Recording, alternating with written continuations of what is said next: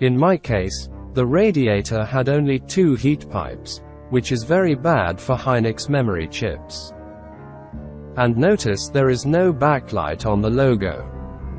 The original thermal paste was in poor condition and the thermal pads were leaking.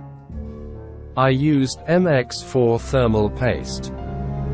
For DRMOS thermal pad Fionder 0.75 mm, and for memory chips Extreme Odyssey 0.5 mm.